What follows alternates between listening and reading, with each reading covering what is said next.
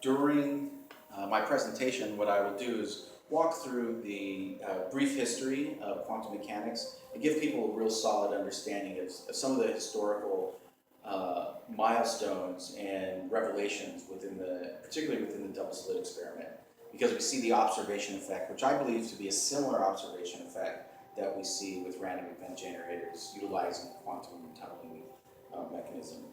We'll talk about M theory, which for many people see what came out of that was the idea that we might have parallel universes or multiple universes out there, things we can't see. And what I'm going to offer is a very pragmatic perception or interpretation of M theory that should dispel a lot of that multiverse conversation.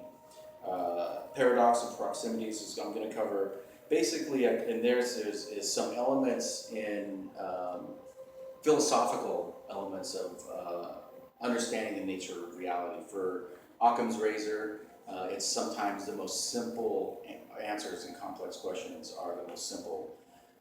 And I think at the end of this, you're going to see a very simple, elegant explanation for how consciousness and quantum mechanics are unified, and hopefully so that it'll be difficult to disprove, I think. And that's with the going back to the M theory with the electron tunneling.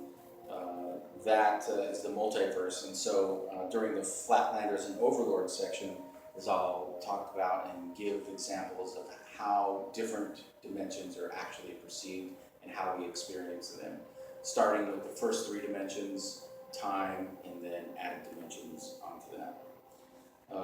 That'll lead us into how commingling and consciousness works within the framework of establishing a mechanism for quantum entanglement. And not just in a laboratory, but how it works with us in our day-to-day lives. And that has to do with spatial distortion and molecule displacement. Going into quantum mechanics, into something more complex, I'll explain what the breakdown of the wave function is, how it occurs, how it occurs in our momentary lives, as well as how it affects the REGs. And then get into the actual theory and the perception of the hardest question in quantum mechanics is how does consciousness fit into the whole scheme of things? And that leads to a theory I call zero-point time dilation, and that will lead us to relativity and where relativity works. So with relativity we have what I call stationary time, it's absolute time, and then relative time, which is time in motion.